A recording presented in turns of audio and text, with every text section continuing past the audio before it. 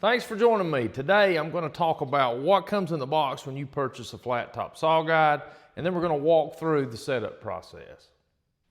You will receive the flat top saw guide, bushing, axle, Allen wrench, 2 snap pins, and 2 6-inch clamps.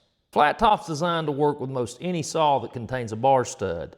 Now, most common saws will either have a 5/16 thread or an 8mm. Our universal axle contains a 5/16 on one end and an 8mm on the other.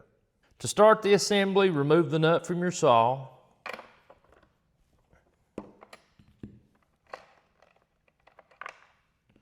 And then proceed to install the axle. Now, when you install it, once you start, if you feel any resistance, you're going to stop, flip it over, and use the opposite side. Now, most everybody's got one of these universal chainsaw wrenches laying around, but we've machined the head of this axle to where it fits the small end of the universal wrench, so you will tighten it just as you would the nut on your saw. Now, one benefit to this axle is we designed it to where it wasn't too long to where it doesn't stick out and get in the way. So versus having to remove this and put this back on to go cut firewood, you can leave this axle on there and use it just like you normally would. Our universal axle has a pin protruding from the side, and that pin marries up with a slot milled into our bushing. Now, what this slot does is it gives you a safe working range with the saw. Once it's installed in the guide, we don't want the saw to be able to rotate 360 degrees because that would give the potential for it to come back on the operator. So next up, we'll install the bushing on the axle, and we'll marry the saw guide up to the bushing, and we'll continue with the setup. Now, the saw guide has a 12-point socket on the bottom side. That matches the 12-point socket on the bottom of the bushing. Every saw, the axle will tighten differently. In this case, the pin's at 12 o'clock on this steel saw. I may put an echo up here and it may tighten up at 5 o'clock. So having that adjustment allows you to find that safe working range for every saw that you may use. Now, to start the assembly, you want to place your saw on the edge of a table. We're going to align the slot in our bushing with a pin on our axle. Slide it straight on, and we'll leave it there for now. You'll receive an Allen wrench when you buy your saw guide, and this Allen wrench fits the set screws around the bushing housing. Now, there is an internal screw that can be accessed from the side or from the inside corner. Now, before assembly, we want to make sure that the set screws are backed out far enough, giving clearance for the bushing to slide through. But we can go ahead and get rid of our Allen wrench, slide it into the built-in holster in the top of the guide. We want to flip our guide around, and with the V on the saw guide facing up and the bushing being pushed straight on, we'll slide the saw guide on till it engages in the 12-point socket. Next up, remove the bushing and housing simultaneously, and we'll work on tightening our set screws. If you'll notice, before I tighten the set screws, there's play in this bushing housing, and that's by design. This saw guide was designed based on the 90-degree relationship between the bar stud and the bar itself. Now, like everything, not everything's created equally and perfect, so in some cases you may have a saw that's 2 to 3 degrees off. So with this adjustability, we can make up for that difference, basically adjusting the bushing to make up for the difference in the saw, creating a 90-degree plane with the face of the saw guide to the saw bar. That way, when we're cutting 6-inch, 8-inch, 12-inch material, we can get a true straight cut. For the first initial setup, we want to center the bushing within the housing. So I'll start with the Allen wrench on the internal screw. Come in and basically I want to tighten this internal screw till it just touches the bushing. Once that's accomplished, I'll come to the exterior and tighten down the 3 exterior set screws until they just touch.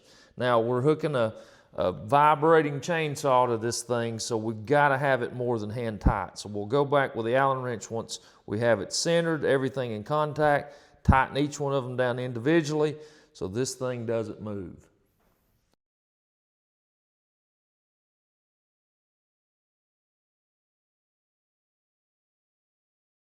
There's 2 ways to secure the flat top to a post. Obviously, we have our 6-inch clamps. We set it at the height we want and then secure it on both sides. Now, we're putting a vibrating chainsaw on top of this jig, so we want to make sure that we've got it secure when we tighten our clamps. And the second way to attach it is with these two holes on each side. And this allows for a screw to go in and you can screw it up to a post. Now I've found that the roofing screws with the gasket on it works well. It doesn't damage the powder coat on the saw guide, and they work really, really well when attaching it to the post. Now the saw guide's got an angle gauge along the top from 5 to 45 degrees, and we've included 22.5 as well. But when securing it to a post using it in the miter fashion, I like to use the combination of the clamps and the screws as well. So in this case, I would find the angle that I'm wanting to achieve. In this case, I'll bring it to 22.5 degrees. I'll use the clamp along this side, bring this clamp down and just snug it. And then I like, for added insurance, go ahead and add a screw on this side. And that locks that down to where you have no danger of it slipping during your cut. Now to make our initial cut, we'll secure it to the post. Making sure we've got everything tight. We'll drop the saw down in, we'll make this first cut, and then we're gonna check for square and ensure that our bushings align properly.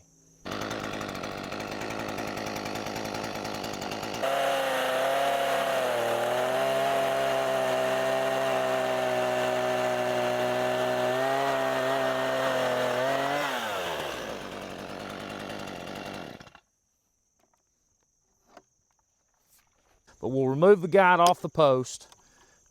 We're going to take our framing square and we're going to check it and see that we've got it a perfect plane, cutting a 90-degree angle to the post. After you've made that first cut, we want to check it on opposite sides. We'll take a framing square, bring it down, and I am good there. We'll flip it to the back side. And I'm perfect there as well. So in this case, my setup's good to go. I can go to the field. Now another way to check for squares, if you've got a good true corner, you can reference off of this corner, bring it to the opposite corner, and in my case, I have maybe a 32nd of an inch. So for cutting post, I think that's close enough. Now I'm going to intentionally move the bushing to where it causes me to have an unsquare cut here, and then we'll show how to bring it back to square.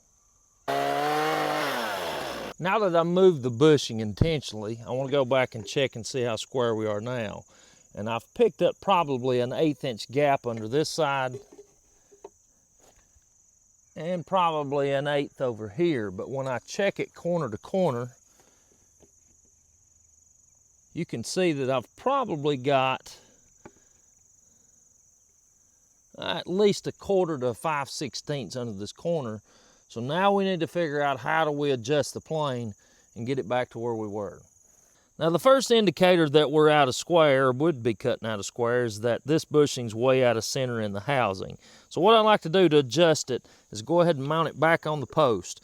I want to drop it down approximately 3/4 of an inch because I want to be able to allow the bar on the saw to float freely above the top of the cut. Now before I make any adjustments this way, I want to just 1/4 of a turn loosen the side screws to where the bushing can move freely. Once we've done that, we're going to go to the back side. We'll loosen this set screw to where we can tighten this one and bring it back into square.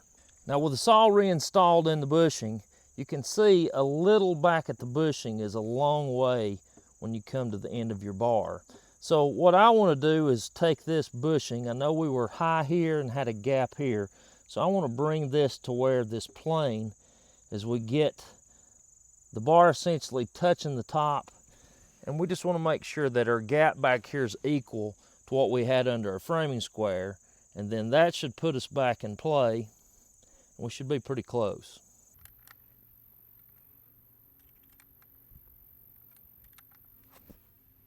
I feel like I'm pretty close there. We'll tighten everything back up, make another cut. After making the cut, we're going to come back corner to corner, and I've removed probably half the gap. I'll put it back up here, tweak it just a bit. We should be good to go. With that final adjustment, we're spot on and ready to go. Now once you've got everything adjusted and we're cutting on plane, I'd suggest you move the saw guide down a couple inches from the top of the post and clamp it down.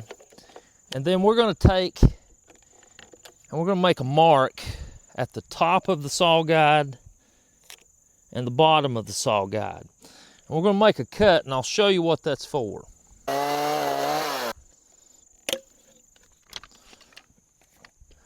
What these two lines represent at this point is we can measure down from the top of our cut. And my saw's cutting 1 inch from the top of the guide and 4 5/8 to the bottom. So if we're cutting off a post in a pole barn, and let's say we wanted, this post to be 4 feet. So basically I can come down 1 inch, mark my mark at 47 inches, line the top of my guide up with a mark, and then that's going to give me that 48-inch post like I would want. If you're cutting a post off and it's 14 feet in the air and you're going to be beneath it, you could make up this difference to the bottom. That way it's easier to see the line, to line the guide up to the bottom mark versus having to look up on top. Now there's a tight tolerance between the axle and the bushing to allow us to keep a true plane. So when installing it, a hand underneath the saw will help you guide it into that bushing and allow it to float down in there easily. But once you've got it installed, there's no need to bind on this saw and try to really help it one way or the other. I can cut this board off with one finger essentially and just let the saw work its plane. So there's no need to bind down on it. You want to keep a secure hold to the saw in case you were to get any kickback, but don't try to help it. Just let it work its way through the plane, and I think you'll be pleased. Now getting the saw off, we want to bring it all the way back to the back side of our safety slot. A hand under the saw, it removes easily. Now just to show an example on how easy it is to cut larger material with this guide, is we'll cut this 6x6 on a 30-degree angle.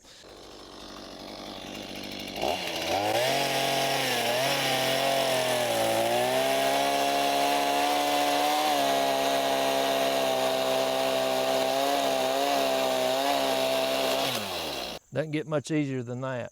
Now this saw guide was designed to cut vertically, to cut 8x8 posts off 14 foot in the air. My brother was building a pole barn by himself, needed an easy, safe way to do it. Couldn't find an easy, safe way to do it, so this thing was born. But as we've used it vertically, we've found that it works well horizontally as well. So I've got a set of sawhorses set up with a fence. Basically, I'm going to be attaching it to a 2x4, and then we're going to turn this into a chop saw.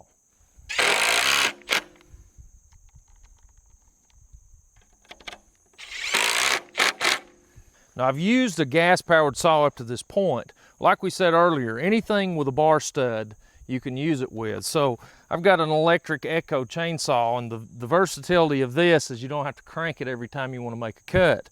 So in this case, we'll slide the electric chainsaw in, get it engaged, and now we've got a chop saw sitting here ready to cut whenever we need it. Now I'll make my first initial cut, and that's going to give me this 0 clearance, and then we'll have a chop saw to use.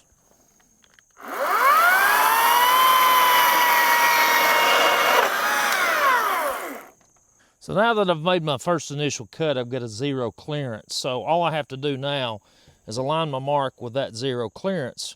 Whether I want to leave the line or take the line out, I line it with that 0 clearance and make my cut.